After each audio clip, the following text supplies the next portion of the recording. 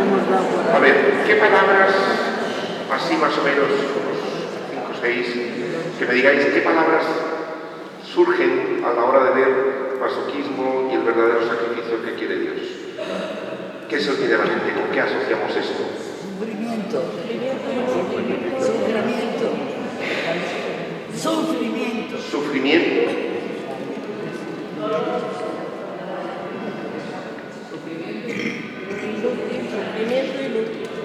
Sufrimiento, dolor y inútil. Sufrimiento y dolor.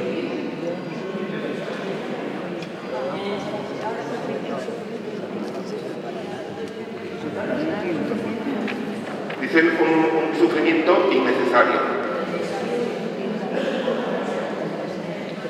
Sí, a veces es un sufrimiento que no sirve.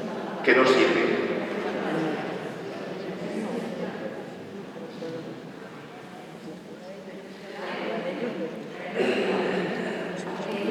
Renuncia.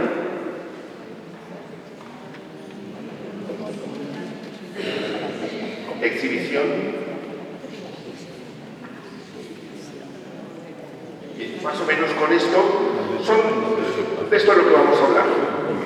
Vamos a hablar sobre cuánto el sufrimiento, el dolor, el sacrificio, la renuncia son necesarias o no son necesarias. Si Dios me está pidiendo eso o Dios no pide eso. ¿En qué momento se me puede confundir?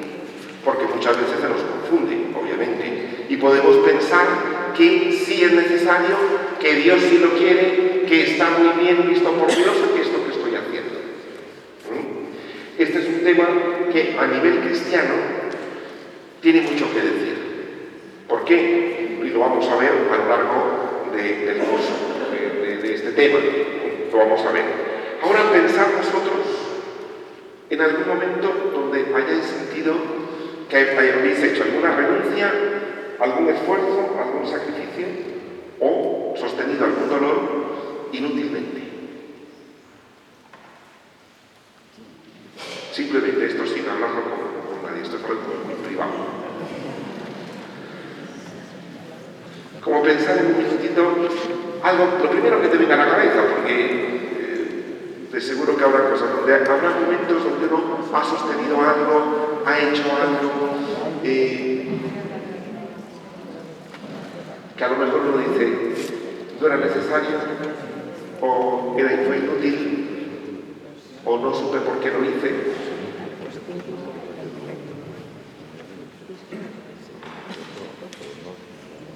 Y hay un matiz, más o menos. Hay un matiz de autocastigarse y autocomplacerse. Bien, esto también lo vamos a ver. Me pregunta aquí el señor si vamos a ver lo que es autocastigarse y autocomplacerse. Sí, precisamente el masoquismo tiene una parte de esto.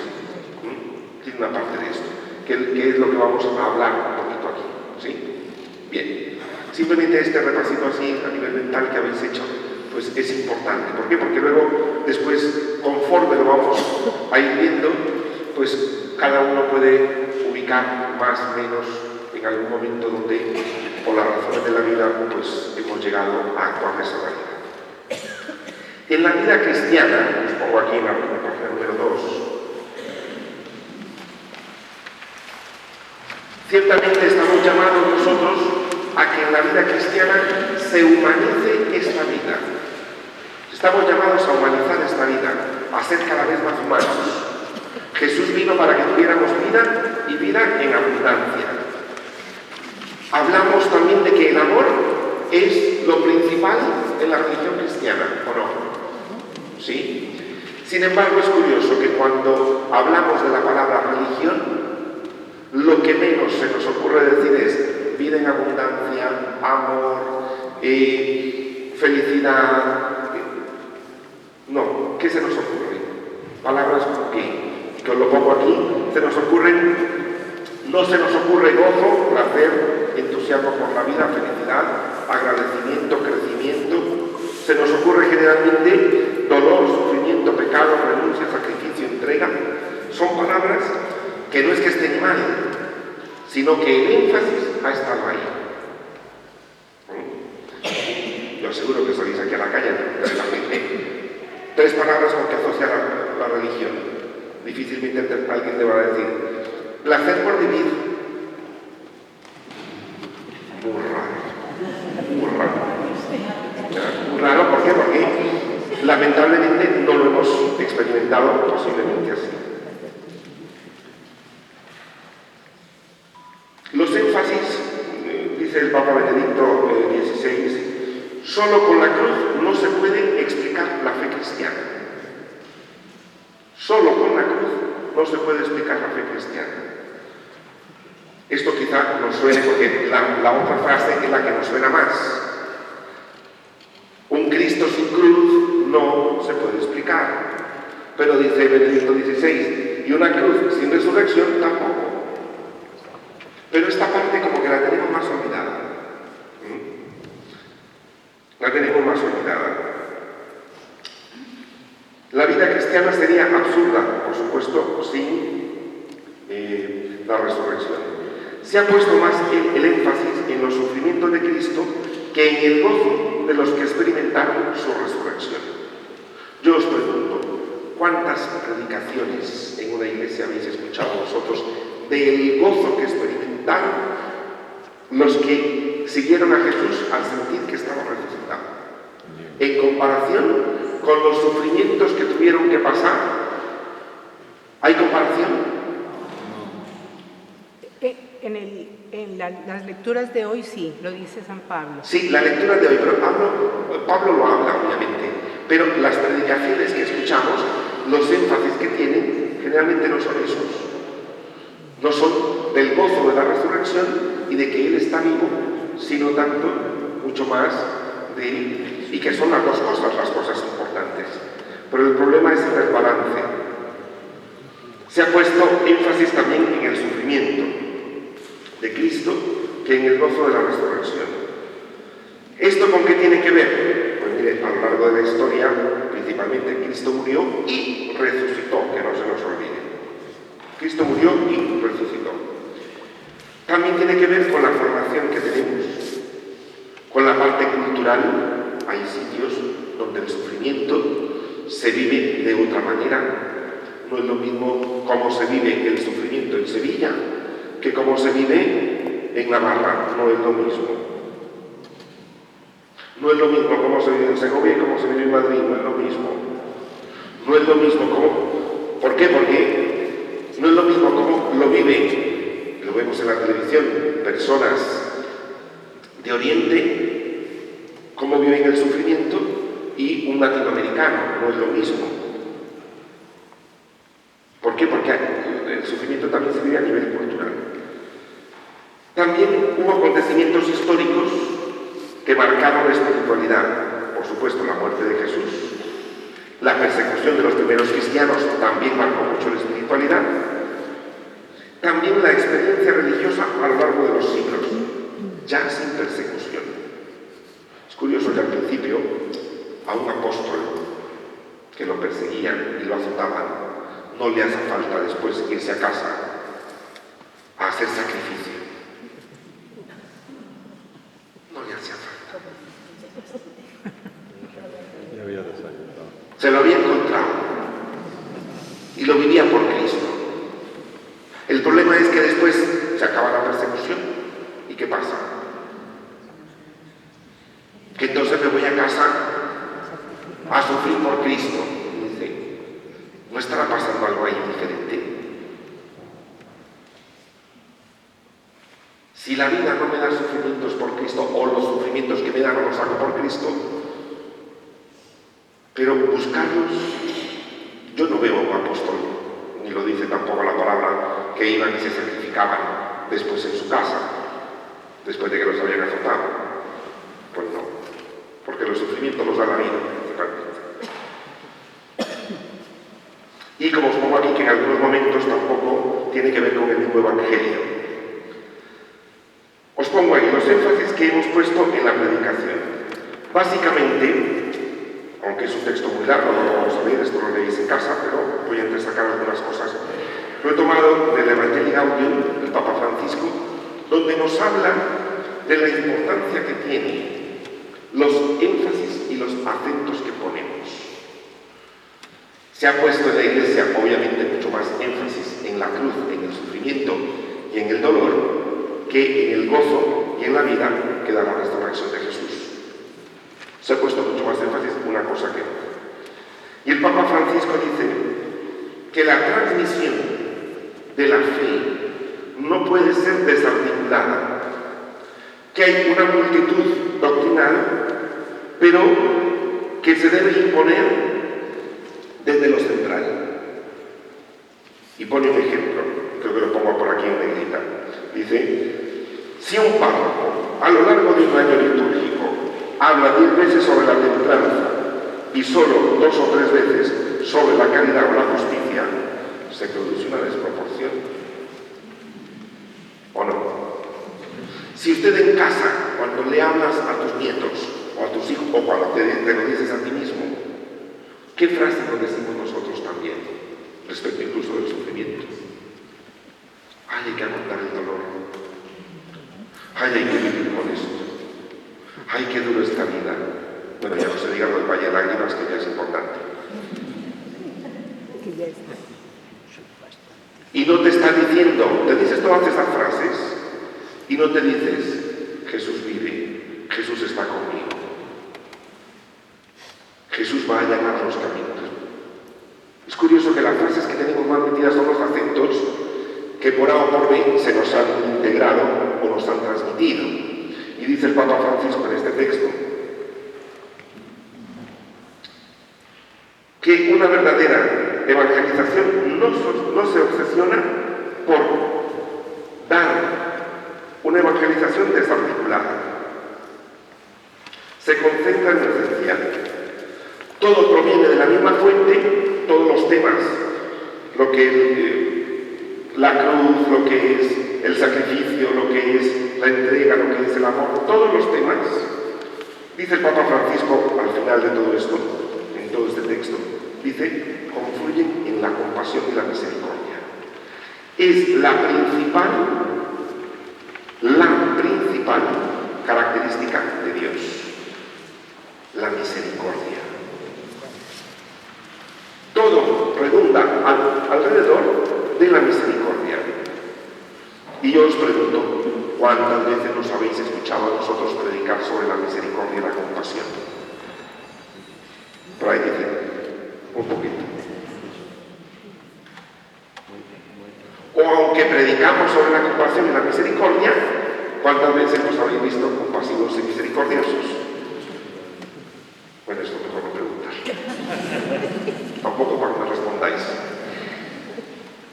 Pero, ¿por qué? Porque los acentos que hemos puesto es más en la severidad, en la necesidad de conversión, que es importante, pero no lo hemos puesto desde el eje de la misericordia, y ese es el problema.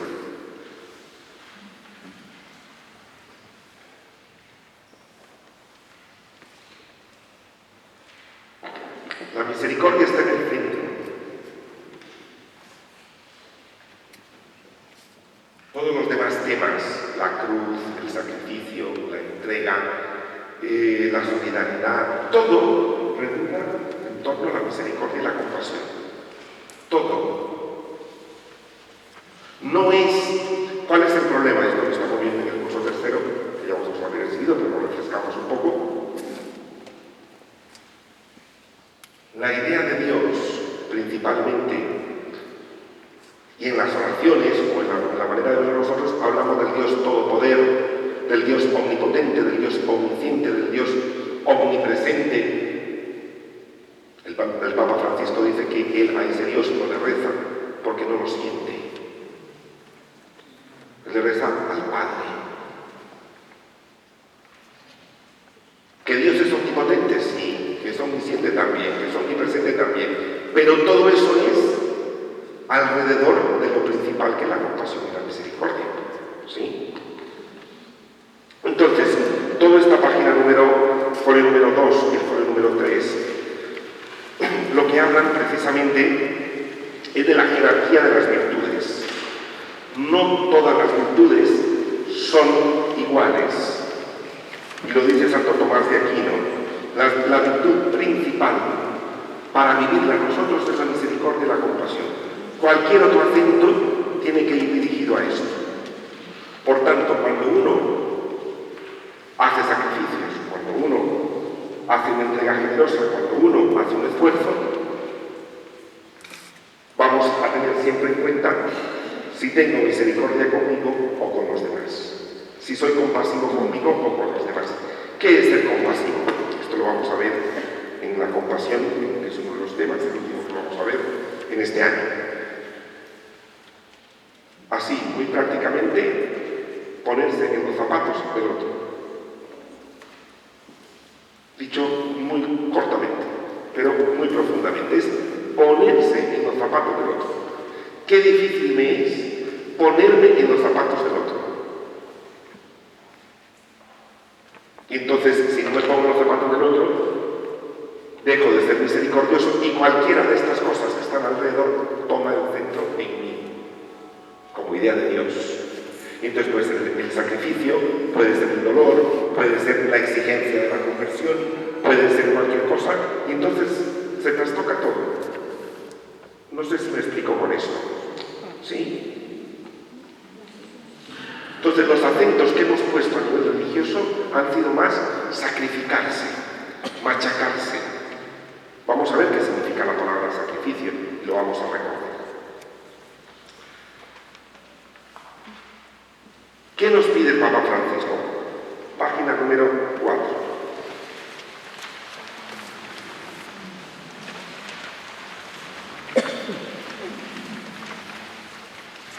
Yo os pido que con detenimiento leáis este texto anterior de la página número 3 en casa, que lo leáis con detenimiento, donde explica el Papa lo que yo os he dicho, pero ya con esta idea lo podéis captar mucho mejor. El Papa Francisco también en Evangelii Gaudium propone una espiritualidad diferente. Es necesario que se encuentre en la Iglesia una espiritualidad que los sane, que los libere, que los llene de vida y les dé paz. Al mismo tiempo que nos convoque a la comunión solidaria en la fecundidad misionera. Necesitamos crear espacios motivadores y sanadores para los agentes de pastoral. Lugares donde regenerar la propia fe en Jesucristo crucificado y resucitado. Donde compartir las propias preguntas más profundas y las preocupaciones cotidianas. Donde discernir en profundidad con criterios evangélicos sobre la propia existencia y la experiencia, con la finalidad de orientar al bien y a la belleza las propias elecciones individuales y sociales. Yo espero, que creo que es mucho pretender, pero bueno, que estos cursos sean parte de esa espiritualidad, que sane y que libere. Y esto es lo que pide el Papa, que hayan espacios a nivel parroquial, que hayan espacios donde hay una espiritualidad que sane, que libere, que se sienta uno amado por Dios, que se sienta que Dios me está pidiendo otra cosa, y que eso se llama vivir en amor y vivir en libertad, para discernir también las cosas necesarias de la vida. Si os dais cuenta, aquí el Papa habla del bien y de la belleza propia de las elecciones individuales. Toda aquella elección que hagamos en la vida, que lleve belleza y que lleve el bien. Son dos cosas muy simples. Que sea bello y que sea bueno. Si algo es bueno y es bello, esa belleza va a aflorar. Y viene de Dios, seguro. Hablando de este tema, de la humillación por sí misma, es masoquismo. También continúo con el Papa Francisco. Curioso, cuando yo estaba preparando el tema, aparecían cosas del Papa Francisco que decía, no fue hace unos meses. Y entonces digo yo, pues mira, genial, no estamos en comunicación. Es decir, entonces me venía muy bien porque hablaba justo de lo que íbamos a hablar aquí.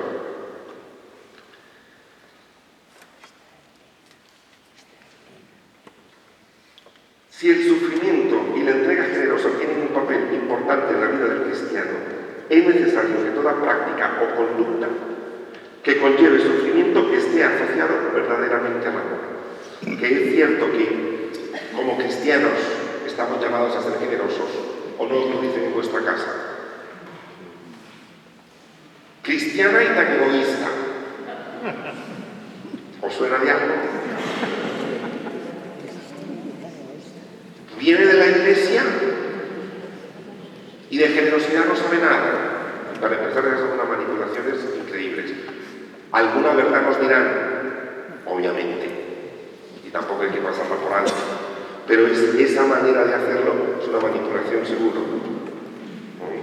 Pero que la generosidad y la entrega vista en Jesucristo, esto no hay duda, que es algo importante y central en la vida cristiana.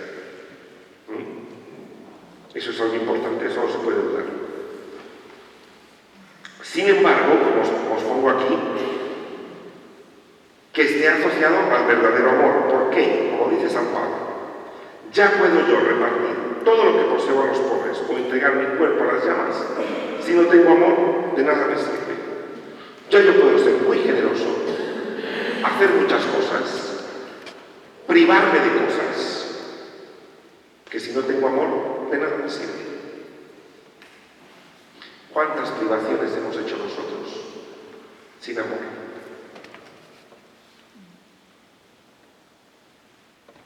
A lo mejor pensando que es que a Dios le agrada, o que le desagrada que yo disfrute, que todavía es peor pensamiento.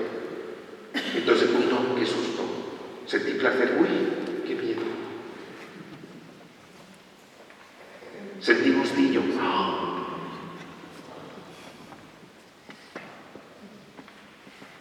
es lo peor, ¿no? Cuando ese Dios nos ha hecho nuestro cuerpo tan, y esto en varios cursos lo he dicho yo, pero siempre lo repito, lo ha hecho tan sabiamente, que a veces nos obligamos a privarnos de cosas porque el gustillo que siento puede ser que Dios lo mire mal. Mire, Dios no es tan retorcido de ponerte algo para después decir, a ver cómo lo usa.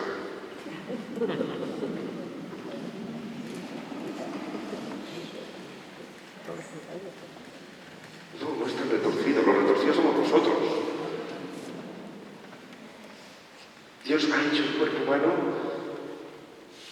por supuesto, lo ha hecho para que le busquemos a Él, pero en el camino, pues como dice San Agustín, yo tantas cosas te buscaba, pensar que a quien te buscaba era a ti, pero me perdí por el camino. Pues todos nos perdemos a veces por el camino. Y el Señor nos acompaña, yo me pierdo, pero el Señor va conmigo, siempre. Por tanto, es el amor la motivación fundamental del cristiano. También es importante depurar aquello que llamamos amor, porque uno a veces hace privaciones, entregas, esfuerzos o renuncias, diciendo lo hago por amor. El otro día hablaba yo con una persona, tiene una pareja, y me cuenta, esto es una historia real, y me cuenta que, bueno, están viviendo juntos, están muy jóvenes, son una pareja muy joven. Ella mucho más joven que él, y me cuenta de que hubo un problema, ella se había ido de la pareja, después volvió. Y me cuenta que durante estos 2 años, por amor, lo que había hecho era quedarse callado, es decir, por tal de que estuvieran bien en casa, sacrificio, es decir, de que ella dirigiera, hiciera lo que ella pensaba, lo que ella quería, lo que ella disponía.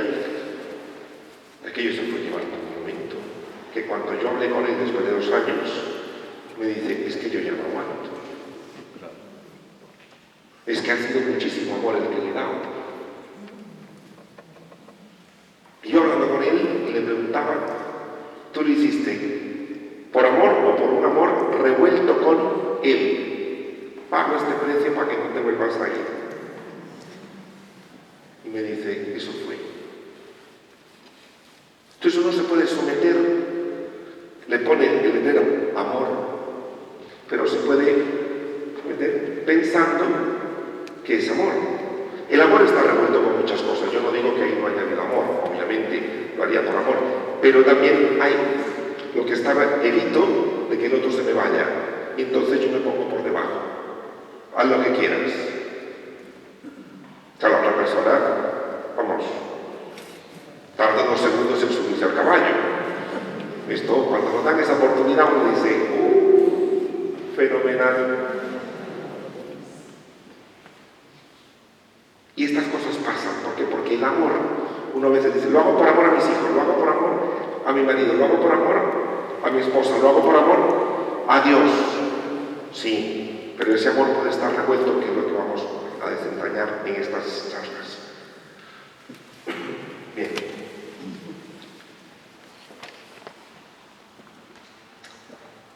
También los énfasis siempre se han puesto también en el sufrimiento por sí mismo como un modo de acceder a Dios. Es decir, generalmente se dice, he encontrado a Dios en el sufrimiento, o uno en una enfermedad encuentra a Dios. Es cierto, pero de igual manera se encuentra a Dios en un buen viaje que uno va por ahí, también se encuentra a Dios, ¿o no? En una buena comida con los amigos también se encuentra a Dios, pero nos es difícil poner esta parte de donde encontramos a Dios. Se ha puesto el énfasis en que por sí mismo el sufrimiento es un modo de acceder a Dios, o al menos un camino para ponerse en camino con Él.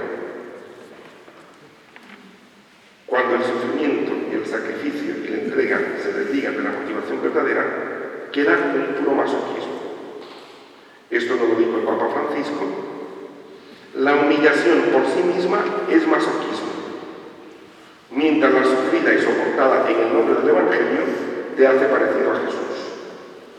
Una imitación testimoniada no solo por los mártires de hoy, sino también por esos tantos hombres y mujeres que sufren humillaciones cada día por el bien de su familia y cierran la boca, no hablan y soportan por amor a Jesús. Esto lo decíamos el 17 de abril. Dice el Papa Francisco, la humillación por sí misma es masoquismo. Porque el dolor por sí mismo no es agradable a Dios. No lo es. Le sirve a uno de chantaje a Dios, esto sí. Uy, Señor, mira qué malito estoy. Uno empieza por casa, luego ya cuando logra venir a la iglesia medio enfermo, se lo dice a Jesús. Pero empieza por casa, le dice a todos que qué malito que estoy. Porque eso lo aprendemos desde niños, ¿no? Es decir, como... Vamos a ver también, en las diferentes charlas que vamos a dar, vamos a ver la referencia que tiene esto también con la vivencia en casa. Cómo se vivían las cosas en casa, cómo se solicitaban, cómo miré yo en casa que se hacían las cosas, o cómo se sacrificaban o cómo no. Porque esto también influye, todo esto se aprende también. También dice el Papa Francisco, y esta es la santidad de la Iglesia, esta alegría que da la humillación, no porque la humillación sea bonita, eso sería masoquismo, sino porque en la humillación imitas a Jesús. Esto lo vamos a aclarar en una de las charlas, ¿sí? Pero la humillación por sí misma, el rebajarse por sí mismo, el someterse a otro por sí mismo, y el hacerse pequeño para que otro esté encima, no siempre es cristiano. No digo que no lo sea, sino no siempre es cristiano, porque conlleva una parte masoquista. Dice el Papa Francisco ahora el 5 de mayo, el cristiano no tiene una actitud sadomasoquista frente a las dificultades, sino que se encomienda al Señor con confianza y esperanza. Y decía la semana pasada, que no somos faquires. ¿Conocéis a los faquires? De los del esfuerzo, de los del aguante, de los que tiran camiones y los que hacen no sé cuánto, se acuestan en camas de clavos y toda esta gente. Pues dice el Papa Francisco, no somos faquires.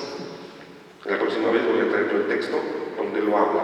Vamos a relacionarlo un poco también con el tema. Pero a veces hemos hecho de la religión faquires espirituales. A ver quién aguanta más. A ver quién reza más horas de rodillas. Aunque la artritis no lo deja, pero si te duele, ofrécelo. Qué pena.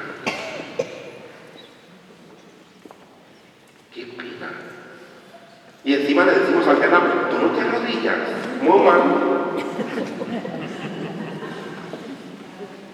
Que si no, no vale, así no vale.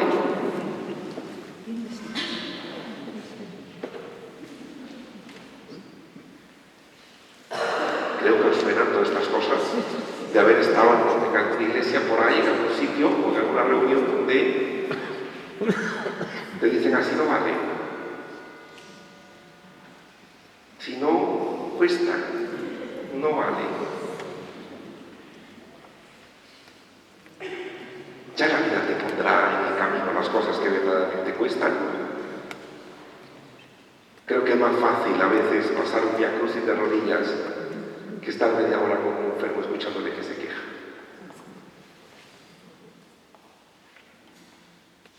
Bueno, no digo que lo otro, si la persona no quiere hacer que lo haga, si le viene bien arrodillarse, bendito sea Dios, y para él, yo no estoy juzgando, vamos a ver ahora luego cómo diferenciar una cosa de la otra, no lo juzgo.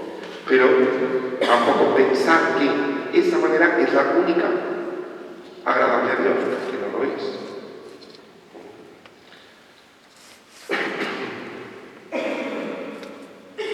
Luego, al mismo Papa Francisco, es curioso, a mí me llama mucho la atención esto, que ahora en marzo se lo preguntaron en una entrevista. Le preguntan al Papa Francisco si tiene miedo él de que le vayan a hacer algo, porque con tanta apertura o con tantos cambios, o los discursos que a veces son muy duros y muy denunciantes, también denuncian muchas cosas a nivel del mundo, etcétera, que si no tenía él miedo de que le fueran a hacer. Y la respuesta me encantó. Dice el Papa Francisco. Lo voy a leer en plan argentino porque es como estaba escrito ahí. Mira, la vida está en manos de Dios. Yo le dije al Señor, vos cuidadme. Pero si tu voluntad es que yo muera o que me hagan algo, te pido un solo favor, que no me duela. Porque yo soy un cobarde para el dolor físico. Y vengo yo aquí y escucho que es que si no duele, no vale.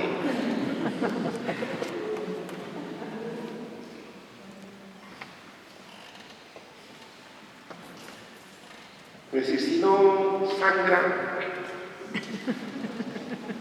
Entonces lo que es que un papa, en la calidad del Papa Francisco, le pregunte y que le diga, y yo le pido al Señor si me diga a mí no me duele.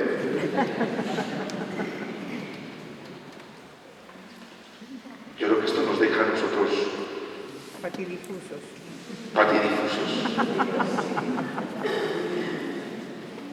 No dice yo quiero desangrarme por Cristo y entre más me duele lo ofreceré por la Santa Madre. No ha dicho eso. Ha dicho si viene, que venga, yo lo único que le pido soy un cobarde. Qué humanidad, un hombre tan humano, donde nos podemos identificar los demás, porque a quién no le da miedo que le hagan algo. Dice, no somos faquires. No porque tengamos tantos mártires, pensamos que los mártires, que luego vamos a hablar, aparte de los mártires relacionados con esto del masoquismo también, y lo vamos a hablar. Bien. ¿Cómo saber si un esfuerzo, sacrificio o renuncia es masoquismo o es saludable psicológicamente y a la vez evangélico?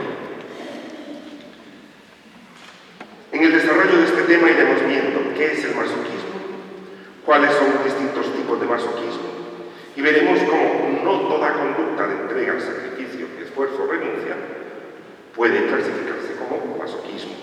Yo no estoy diciendo aquí que toda renuncia, todo esfuerzo, toda generosidad sea masoca, no. No se puede sin más, ni tampoco como todas las conductas pueden a veces clasificarse o calificarse como queridas por Dios o motivadas por el Evangelio. Entonces, no porque yo vea una persona arrodillada, digo que masoquista. No puedo decir eso. No porque yo vea una persona que renuncia a algo, decir eso no lo puedo decirlo. No toda renuncia es masoquista, pero tampoco toda renuncia es querida por Dios. Y esto es lo que vamos a despejar durante el curso. Hay que discernir, en especial partiendo de las motivaciones. Yo veo una conducta, yo veo que alguien renuncia, yo veo que alguien evita tener un placer, yo veo que alguien se esfuerza en algo y está muy esforzado, tengo que saber por qué lo hace.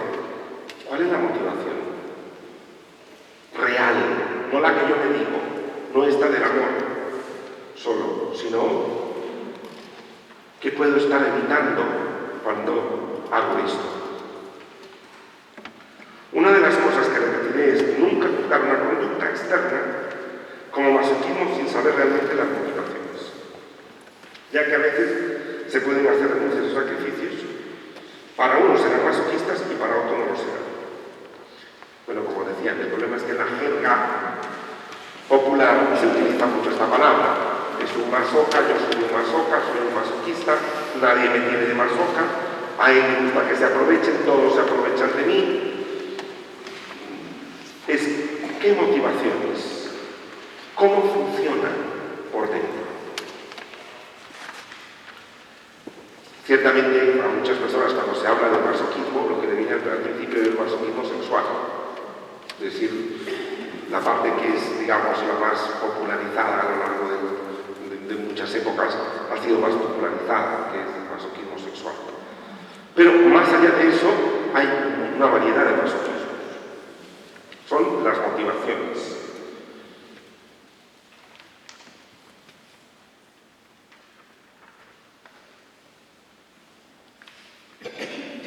La pregunta para ir discerniendo, y esto es como de inicio, recordemos que hoy la introducción, preguntas que uno se puede hacer cuando se ve renunciando o haciendo algo. ¿Era necesario o indispensable esa renuncia, ese sacrificio, ese esfuerzo para alcanzar este objetivo? Para que mi hermano estuviera bien, ¿era necesario que yo dejara de comer en el hospital? Poner un ejemplo. ¿Era necesario? No, porque estaba otra persona ahí y podía quedarse. No era necesario que yo estuviera, pude haber bajado a comer. Ay, no, yo no como, es que esto muy mal. Pues de verdad, ¿era necesario? ¿Me explico? ¿Se pudo haber alcanzado el mismo objetivo de otra manera? Acceder a Dios, acceder a Jesús, prestar un diagnóstico, ¿se pudo haber alcanzado de otra manera si a ti te duelen mucho las rodillas? ¿Se pudo haber alcanzado ese objetivo de otra manera? El sufrimiento, renuncia o esfuerzo que hiciste fue consecuencia de la causa que se perseguía o fue provocado y buscado activamente habiendo otras formas de hacerlo.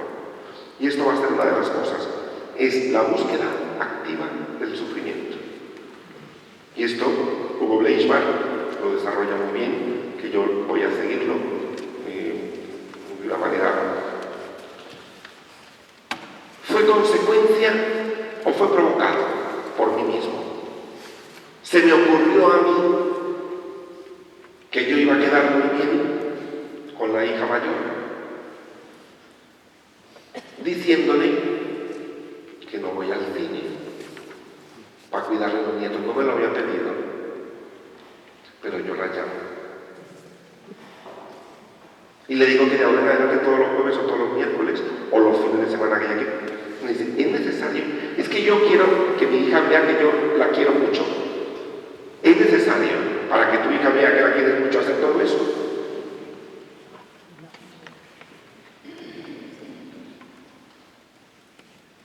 Tampoco es que si lo hace es masoquista, ya lo vamos a ver la diferencia, pero que están enfermos los niños, pues sí, vamos a ver que eso no es masoquismo, obviamente. Es que mi hija me necesita en este momento realmente, pero luego cómo depurar estas cosas. ¿Cuál es la motivación verdadera, no la aparente, que está detrás de la conducta? Muchas veces lo que se observa o se analiza en el sufrimiento provocado es el sufrimiento provocado. ¿Qué es lo que uno ve? Y pongo el ejemplo de la señora arrodillada, para no poner otros ejemplos más particulares, ¿no? Pero uno ve el sufrimiento. Uno dice, ¿cómo la de estar pasando? Que no se levantó en toda la hora. Vale. Y en realidad el masoquismo no solo tiene que ver con el sufrimiento, sino que dentro, lo que decía por aquí el hermano Alessio, hay un placer a veces escondido y a veces un poco más consciente. Si yo he pasado 2 horas arrodillado y tal, siento un gustillo por dentro de decir, oh, lo logré. Pensé que no. Y los buenos cristianos hacen eso, entonces yo he de ser un buen cristiano.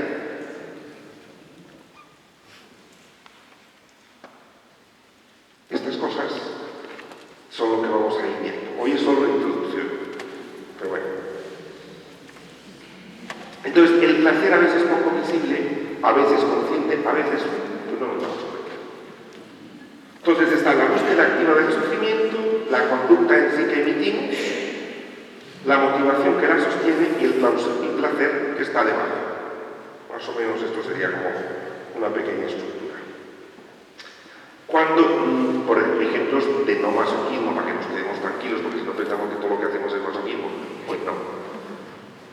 Por ejemplo, una madre que tiene que trabajar horas extra y llega agotada porque si no sus hijos no comen. Eso no es masoquismo. No le queda de otra, no lo busca. No tiene otro remedio que salir a esa hora para poder ganar ese dinero, para poder sostener esa casa. ¿Me explico? No es que hay otra manera de hacerlo, sino que no hay otra manera de hacerlo. Tengo que hacer esto porque no hay otra manera. Por el momento no hay otra manera. Tampoco lo es el alcohólico, a veces llamamos a los alcohólicos, si es un masoca, si después de beber bueno, se pone malísimo. Tampoco eso es masoquismo, porque ahí hay una conducta adictiva. Entonces esto pertenece a otra cosa. Tampoco lo es cuando hay una dificultad psicológica. Hay personas que tienen una dificultad psicológica, por las razones que sean, por ejemplo, una persona muy obsesiva, ¿ya? Y entonces que repite cosas, o que está pendiente, o que está muy asustado, que hay una dificultad psicológica, y eso no es algo que se busca él, le viene dado de su mente. ¿Me explico? Entonces tampoco es masoquismo. Porque no hay una voluntad de buscar, yo quiero hacer esto, no, es que no puedo dejar de hacerlo. Esto también. También cuando hay, por ejemplo, bueno, ya cuando hay una psicosis, personas que están fuera, personas que dicen ya que están fuera de la realidad, personas de estas que son de psiquiátrico, etcétera, que se quedan de pie todo el día y dicen que es un masoca porque mire, no, hay una dificultad psicológica grande. Y no hay contacto con la realidad. Tampoco lo de la hipocondría, las fobias, una persona fóbica, tampoco podemos decir que sea masoca por el sufrimiento que tiene. Los duelo, por ejemplo, tampoco cuando no está enquistado. Pero generalmente los duelos pues tampoco podemos decir que están sufriendo por masoca. Pues no es un masoquismo. Ya, porque no lo busca, el dolor de ha venido, ¿sí? Es decir, no hay otra escapatoria, no hay otra cosa. Aquí no hay masoquismo, ya que el sufrimiento, la renuncia, el esfuerzo no es buscado de manera activa, sino que es consecuencia de otras cosas. Lo que se busca, en parte, es el placer, porque está dentro, más que el dolor que se inflige. Es decir, hay un placer escondido y a veces un poco más. Ya, en 2 minutos acabo. Aunque empezamos. ¿Me permitís 3 minutitos más? Sí. Y luego aclarar lo que es la ascesis y el sacrificio. ¿Os recordáis la palabra ascesis? Si la conocéis. Es decir, ser ascético. Es decir, cuando en los momentos donde uno renuncia a comer algo, hay que ser ascético, hay que guardar los sentidos, todas estas cosas, ¿no? Que es la parte de la ascesis, entre otras cosas. La palabra ascesis significa, en griego, es una palabra utilizada para el esfuerzo y el entrenamiento que hacían los deportistas. Los deportistas griegos, las olimpiadas griegas y tal, Entonces era muy ascético, cumplían a rajatabla una disciplina para poder alcanzar una meta. Esa es la palabra, proviene de ahí. Es una palabra deportiva, en principio. Aplicada a la parte cristiana, la ascesis significa toda aquella disciplina que yo me imponga, o sacrificio, o renuncia a cosas, que todavía hoy día los deportistas renuncian a cosas, no pueden ir a fiesta, no pueden beber, no pueden no sé cuánto, tal, las comidas están como muy... tienen una ascesis para un entrenamiento. A nivel espiritual, todo entrenamiento espiritual, religioso o piadoso que yo haga tiene una meta, no es en sí mismo. Y la meta es llegar a ser más humano, más compasivo y misericordioso como el Padre. Por tanto, cualquier ascesis, cualquier renuncia, cualquier cosa que yo haga o deje de hacer por sacrificio, me tiene que llevar a ser más humano y compasivo. Si eso que yo hago no me está llevando a ser más humano y compasivo, de nada sirve. Si el estar de rodillas y después de eso salgo y soy inhumano, mire, mejor siéntese y ponga varios cojines y esté cómodo, porque de nada le sirve. Toda acción que yo haga, incluso las cuaresmas, todas estas cosas que renunciamos, si no llega a la meta, es un entrenamiento para una meta, y la meta principal es ser misericordiosos como mi Padre es misericordioso. Si lo que yo estoy haciendo, o al grupo que pertenezco en la iglesia, o lo que pido, o lo que renuncio, no me lleva a ser más compasivo, de nada me sirve. ¿Sí? Bien. La otra palabra, aclarando un poco el léxico, es sacrificio. Esto ya también lo había hablado yo en uno de los cursos, pero quería nuevamente decirlo. La palabra sacrificio significa sacro facere, que es hacer algo sagrado. Esto significa sacro facere, hacer algo sagrado. No necesariamente implica el sufrimiento.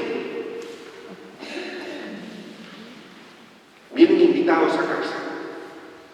Me toca cocinar, porque hay muchas señoras porque les suena esto, fin de semana, navidades, nocheviejas, etc. Me toca cocinar para un montón de gente porque vienen todos. La preparación, la cocina, el recoger, el día siguiente, y luego al día siguiente vuelven a venir posiblemente. Perfecto. Sacrificio, pues este sacrificio por mis hijos, sacrificio, sacro facere, hacer algo sagrado. Lo que agrada a Dios es el momento que yo dedique a la cocina y el cansancio a hacerlo sagrado. No es el dolor en sí de las piernas o el cansancio lo que agrada a Dios, sino es haber hecho eso sagrado. Cuidando del enfermo, lo mismo. El sacrificio de no salir no es por no salir, no es que me ha costado, que había una excursión y entonces yo me ofrecía a quedarme porque no había quien y no fui. Entonces es un sacrificio, no. Haz sagrado el momento con el enfermo. Eso significa la palabra sacrificio. Porque uno puede renunciar a muchas cosas y no hacerlo sagrado. Tal como un cabreo brutal. ¿O no? Entonces, hazlo sagrado. Ese momento hazlo sagrado. Esto es lo que significa. Bien. Y ya para terminar, ¿de qué vamos a hablar durante estas charlas? De varios tipos de masoquismo. Uno, el masoquismo, que es al que más le voy a dedicar tiempo, va a ser el primero, que tiene mucho que ver con la vida cristiana, y esto el Evangelio nos ayuda muchísimo, que es masoquista porque me siento especial o me da identidad. Es decir, cuando hay un placer por el esfuerzo, eso tiene mucho que ver con la salvación, etc. Pero ese va a ser el primero que vamos a ver y es el que más tiempo le vamos a dedicar. Luego, masoquismo moral, porque me siento culpable. Este es otro tipo de masoquismo, es decir, cuando uno se siente culpable, no hizo las cosas bien, hizo algo, entonces ¿qué hace? Se pone por debajo de los demás, renuncia a cosas. venga, yo no voy, no vosotros, me castigo. Porque hice algo malo, entonces yo me siento culpable, me siento en deuda. O me siento culpable de que el otro no tenga algo que yo sí tengo. Que a lo mejor me fue dado, yo no se lo estoy restregando por la cara. Me fue dado, pero me siento con la culpabilidad. Eso es masoquismo moral. Hay otras cosas, pero va con la culpabilidad. Otro masoquismo va a ser por miedo al otro. Hay personas que se someten a otros por temor, por miedo. Cuando la persona se impone por miedo a que le abandonen, por miedo a que le deje, o por miedo a que le agredan. También para obtener el amor del otro, que esto es lo que os decía, es decir, para que no me abandone. Pero esto no solo sucede con la pareja, sucede con los amigos, sucede con el vecino, sucede con quien sea. A veces uno se puede llegar a someter muchísimo con tal de que el otro no se me vaya del lado. Masoquismo como forma de culpabilizar a otro. Es decir, yo renuncio a cosas para que veas lo que te quiero. Y claro, pero no hagas eso, no, déjame, yo lo voy a hacer. Para que veas. Y el otro se siente culpable y dice, yo eso no lo haría. Y dice, pues para que veas que yo sí. Entonces culpabiliza al otro. También como intento de control ante una situación traumática. Vamos a hablar un poco del masoquismo sexual. Y también por último de la parte sádica, que van juntos un poco. Cuando uno hace sufrir al otro gratis. O para que sienta lo que duele. Eso es una parte de nosotros. Pues bien, más o menos esto, como os digo ahí al final, que no toda conducta es masoquista, y eso lo repito varias veces. Por razones del curso, pues también yo iré presentando, después lo vamos entretejiendo todos, ¿no? Pero más o menos esto sería la presentación de la introducción un poco de lo que serán las charlas que vamos a ir siguiendo. Bien, vamos a disponernos para dar gracias a Dios y pedir al Señor también que nos ayude en este caminar todos los días. Señor Jesús, te damos gracias en esta mañana, en esta noche, porque tú, Señor, nos dices que quieres misericordia y no sacrificios. Ayúdame a entender, Señor, cuál es la verdadera religión, como dice Santiago, que es cuidar de la viuda y del enfermo. Y como dice, Señor, también Pablo, que ya puedo entregar yo todo mi cuerpo a las llamas, que si no tengo amor de nada me sirve. Enséñame, Señor, a ser generoso, a no guardarme las cosas para mí, pero enséñame también, Señor, a poder disfrutar de ellas, que yo también tengo derecho. Enséñame a diferenciar el verdadero sacrificio que quieres tú con aquellas conductas o momentos masoquistas que a lo mejor no sé muy bien por qué los hago, pero ayúdame a descubrir que quizá no son queridas por ti. Y las que sí son queridas por ti, ayúdame a sostenerlas, Señor, porque eso sí sé que te agrada. Amén. Pues gracias y buenas noches. Nos vemos